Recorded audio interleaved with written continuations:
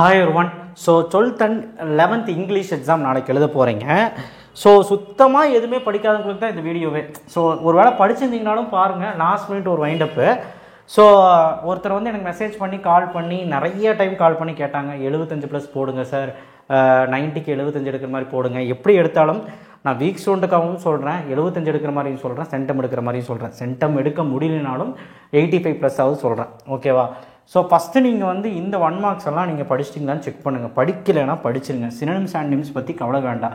உங்களால் படிக்க முடியலன்னா வே டு சக்ஸஸ் கைடில் யூஸ் பண்ணுங்கள். டான் கைடும் யூஸ் பண்ணுறீங்க, அது ஓகே தான். பட் க்ளோசரி படிக்கிறது நல்லது. க்ளோசரி படிக்க முடியலன்னா படிச்சிருங்க. ஒரு வேளை ரொம்ப வீக்காக இருந்தால் விட்டுருங்க. ஓகே, அடுத்து ப்ரிஃபிக்ஸ் சஃபிக்ஸு. முன்னாடி போட்ட ப்ரிஃபிக்ஸு பின்னாடி போட்ட சஃபிக்ஸ் அந்த நாலேஜ் இருக்கணும்.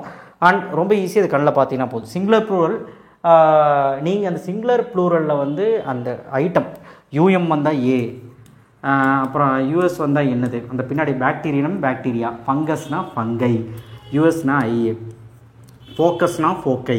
இந்த மாதிரி அந்த ஹிண்ட்டு வந்து நான் கொடுத்துருந்தேன். எதில் கொடுத்துருந்தேன்? 11க்கும் 21 மார்க்ஸ் போட்டேன், 12க்கும் 21 மார்க்ஸ் போட்டேன். நீங்கள் பார்த்துக்கோங்க, அதில் இருக்குது சிங்குலர் ப்ளூரல். அமெரிக்கனோட பிரிட்டிஷோட தயவு செய்து டெக்ஸ்டுவல் இருக்க புக்கில் இருக்கிறத கொஞ்சம் பழங்க. அந்த வே டு சக்ஸஸ் பிடிஎஃபோடு போட்டிருக்கேன், அதிலே டெக்ஸ்டுவல்லாம் போட்டிருப்பான், பார்த்துக்கோங்க. அப்ரிவேஷன் பார்த்துக்கோங்க, பிளெண்டட் வேர்ட்ஸ் பார்த்துக்கோங்க, ட்ரிபிள் வேர்ட்ஸ் பார்த்துக்கோங்க. இதெல்லாம் பார்த்தா போதும், ஒரு மணி நேரம் இருந்தால் போதும். ஆர்டிகல்ஸு அண்ட் அது என்ன வரும்னு பார்த்துக்கோங்க. இடியம்ஸு புக் பேக் தான் வரும். டெஃபினிஷன் முடிஞ்சால் பார்த்துக்கோங்க. Compound word easy, noun plus noun, noun plus verb, அதையும் பார்த்துக்கோங்க. சென்டென்ஸ் பேட்டர்னும் ஈஸியாக கண்டுபிடிச்சோம். நாளைக்கு சப்ஜெக்ட் வேர்புன்னு அவனே ஆப்ஷன் கொடுத்துருப்பான், கடைசி மட்டும் மாற்றிருப்பான். காம்ப்ளிமெண்ட்டா, ஐஓடிஓவா, அட்ஜங்க்டா அப்படின்னு என்ன மீனிங்கு தமிழில் வே டு சக்ஸஸில் போட்டிருப்பான். அதையாவது புரிஞ்சுக்கிட்டு எழுதுங்க. Syllabification easy. Relative pronoun which who தான் கேட்பான், வேறு எதுவும் கேட்க மாட்டான்.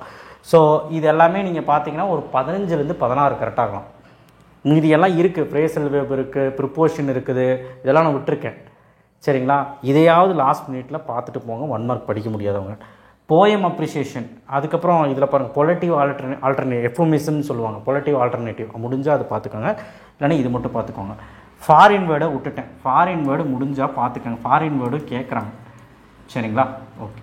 போயம் அப்ரிசியேஷன், போயம் அப்ரிசியேஷன்லாம் படிக்க முடியாது சார் அப்படின்னிங்கன்னா இஆர்சி போயிடும். இஆர்சிக்கு 3 கொடுத்து 2 கேட்பான். ரெஃபரன்ஸ் டு கான்டாக்ட்ஸு 3 கொடுத்து 2 கேட்பான், 6 மார்க்கு. சொலைய 4 மார்க்காக அடிக்கலாம், எக்ஸ்ப்ளனேஷன் கொடுக்க தரலாம். ஏன்னா ரெஃபரன்ஸுங்கிற பேரில் போயம் நேமும் ஆத்தர் நேமும் ரெஃபரன்ஸுன்னு போட்டு எழுதினாலே 2 மார்க் கொடுத்துருவாங்க. இந்த 4 மார்க்கு அடிக்கிறதுனா இதில் 8 மார்க்குக்கு நீங்கள் படித்து தான் ஆகணும். ஏன்னா போயம் அப்ரிசியேஷன் எடுத்துக்கிட்டு எல்லா போயம் 4 லெசன் இல்லை 3 லெசன், எனி 3 லெசனில் நீங்கள் வந்து போயம் அப்ரிசியேஷனை படிச்சுக்கோங்க. புக் பேக்கில் இருக்க 5 போயம் அப்ரிசியேஷன் படிச்சிங்கன்னா போதும், அதை வச்சு நம்ம இது எழுதிடலாம். ஏன்னா போயம் அப்ரிசியேஷன் படிக்கும்போது மேலே வந்து அந்த ஹெட்டிங்கை பார்க்கும்போதே நமக்கு மேலே அந்த லைன்ஸ் பார்க்கும்போது அந்த ஞாபகம் வந்துடும், இது ரிலேட்டாக இது ரிலேட்டடாக. கிராமர் வந்து 3 × 6, இதுவும் கூட நீங்கள் படிக்கலாம், விட்டுருங்க. பட் இஃப் யூஸ் பண்ணுறதும் ஹேர் யூஸ் பண்ணுறதும் முன்னாடி யூஸ் பண்ணுறது கேட்பாங்க, அது பார்த்துக்கோங்க. ஆக்டிவ் வாய்ஸ் பேசிவ் வாய்ஸ் பார்த்துக்கோங்க.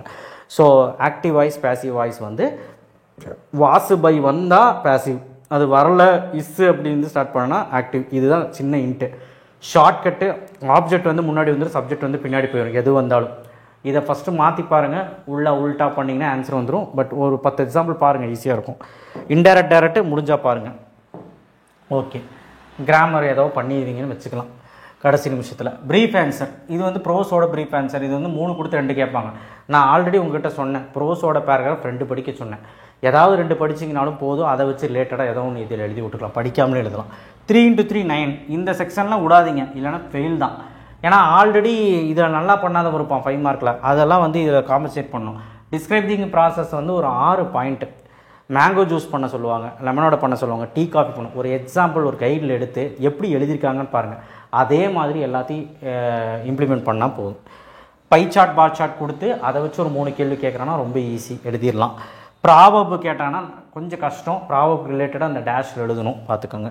எக்ஸ்பேண்ட் தி ஹெட்லைன்ஸ் கேட்டாங்கன்னா பார்த்துக்கோங்க, அது கொஞ்சம் அட்டன் பண்ணுறது கொஞ்சம் கஷ்டம் தான். பட் எக்ஸ்பேண்ட் பண்ணி ஓனாக ஒரு சென்டென்ஸில் எழுதணும். பட் இது 3 ஈஸி. 7 × 5 35, ப்ரோஸில் எனி 2 கொஷின்ஸ் படிக்க சொன்னேன். நான் எப்படி எழுதணும்னு வரைக்கும் வீடியோ போட்டுட்டேன். போயமோடதும் எழுத சொன்னேன், சப்ளிமெண்ட்ரியோடது.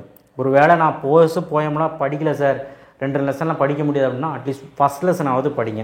ஆனால் என்னால் உறுதியாக சொல்ல முடியாது ஃபஸ்ட் லெசன் தான் 11th வரும், ஃபஸ்ட் லெசன் தான் 12th வரும்னு சொல்ல முடியாது. அதனால தான் ஏதாவது 2 படிங்கிறேன். ஏன் புரிய மாட்டேங்குதுன்னு தெரியல. சம்மரி ரைட்டிங் எழுதுங்க. ரஃப் டிராஃப்ட் போட்டு ஃபேர் டிராஃப்ட் போட்டாலே 2 மார்க் கொடுத்துருவாங்க. ரஃப் டிராஃப்ட்டு ஃபேர் டிராஃப்ட் போட்டாலே, ஃபேர் டிராஃப்ட்டுக்கு மட்டும் நீங்கள் வந்து ஒரு சூட்டபிள் டைட்டில் கொடுத்துருங்க, ரஃப் டிராஃப்ட்டுக்கும் கொடுங்க. சரிங்களா?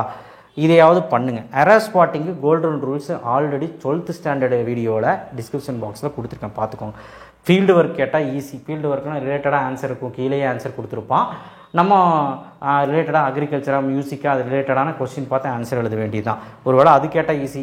அது கேட்காம ஆர் சாய்ஸில் ஹோமோஃபோன்ஸ் கேட்பான், அது ஒரு 2 மார்க்கில் கேட்பான். மாடல் செமி மாடல் கேட்பான், டென்சஸ் கேட்பான். ஸோ அட்லீஸ்ட் நீங்கள் ஹோமோஃபோன்ஸாவது எழுதி 2 மார்க் எடுக்கலாம் அந்த மாதிரி. ஸோ ஏதாவது ஒன்று பண்ணுங்கள். Letter writing formal informal advertisement, அதுக்கப்புறம் டிஃபெக்டிவான பொருள் ஆன்லைன்லேருந்து பர்ச்சேஸ் பண்ண பொருள் டிஃபெக்டிவ் ஆனால் என்ன பண்ணணும் அப்படிங்கிற format, letter writing format already நான் கொடுத்தாச்சு. 11th கொடுத்தாச்சு, 12th கொடுத்தாச்சு, பிடிஎஃப் கொடுத்தாச்சு. தயவு செய்து பாருங்கள். ஸோ அந்த ஃபார்மேட்டுக்கு மட்டும் நீ பார்த்துட்டு போனாலே 2 மார்க்கு. நீ படிக்கிறது அப்புறம் நீங்கள் அட்லீஸ்ட் ஃபார்மேட் பார்ப்போம். இன்ஃபார்மல்னால் எனக்கு வந்து ஃப்ரெண்டுக்கு எழுதுகிற மாதிரி அதில் ஃப்ரம் டு வராது, என்ன வரும் ஃப்ரம் டுக்கு பதில் என்ன வரும். அதாவது ஃபார்மல்லாம் ஃப்ரம் டு போடணும், சப்ஜெக்ட் போடணும், ரெஸ்பெக்டட் சார் போடணும், தேங்கிங் யூ போடணும், அட்ரஸ் ஆன் தி என்வலப் போடணும். இதெல்லாம் ஞாபகம் வச்சுக்கணும். ஃபார்மேட் எழுதி விட்டு பாடி ஆஃப் தி லெட்டர் எழுதி விட்டு 3 மார்க்காவது போடுவாங்க. அடுத்த லாஸ்ட்டாக எல்லாத்துக்கும் தெரிஞ்ச விஷயம் காம்ப்ரிஹென்ஷன். இது வந்து பார்த்திங்கன்னா காம்ப்ரிஹென்ஷன் வந்து பார்த்திங்கன்னா அவங்களே ஆன்சர் கொஸ்டின் பேராகிராஃப் கொடுத்துருப்பாங்க, அதை வச்சு எழுதிடலாம். ஸோ எனக்கு தெரிஞ்சு ஓவரால் நீங்கள் சும்மா இந்த 2 லெசன் படிச்சுட்டு இதெல்லாம் கண்ணில் பார்த்தீங்கனாலே 50 மார்க் ஈஸியாக எடுத்துடலாம். மீதியெல்லாம் கிராமட்டிக்கல் மிஸ்டேக் இல்லாமல் இந்த விஷயம்லாம் பண்ணிட்டீங்கன்னா, இந்த விஷயம்லாம் பண்ணி இதுவும் நீங்கள் அட்டன் பண்ணிங்க. எதுவுமே விடாதீங்க, சரிங்களா? எதுவுமே விடாதீங்க. விட்டிங்கனாலே அதில் மார்க் போயிடும். ஏற்கனவே மார்க்கு 21 மார்க்ஸில் போயிடும், அது இதில் போயிடும். ஆனால் நீங்கள் போட்டு குழப்பிட்டு இருக்காதீங்க. இப்போ உட்காந்து டீட்டெயில் முடிக்கலாம். ஃபஸ்ட் அது முடிச்சுட்டு 1 மார்க் வா. 1 மார்க் வந்ததுக்கப்புறம் போயம் அப்ரிசியேஷன். இப்போ டைம் இல்லையா, காலையில் உட்காந்து படி. போயம் அப்ரிசியேஷன் படித்தா இஆர்சி எழுதிடலாம், அவ்வளோதான். அதுக்கப்புறம் நான் சொன்ன விஷயங்கள்லாம் நீ சும்மா கண்ணில் பார்த்தா போதும். சரி, தேங்க்யூ. ஷேர் பண்ணுங்கள், சப்ஸ்கிரைப் பண்ணுங்கள், மறக்காமல் பெல் ஐக்கானை ப்ரெஸ் பண்ணுங்கள். கண்டிப்பாக இந்த வீடியோ ஒரு விதத்தில் யூஸ்ஃபுல்லாக இருக்கும்னு நினைக்கிறேன். அந்த பையன் கேட்டதுனால தான் நான் போட்டேன். கண்டிப்பாக இந்த எக்ஸாம் டைமில் நிறைய வீடியோ போட்டு தொந்தரவு பண்ண வேணாம்னு நினச்சேன். இதை பாருங்கள். தேங்க்யூ.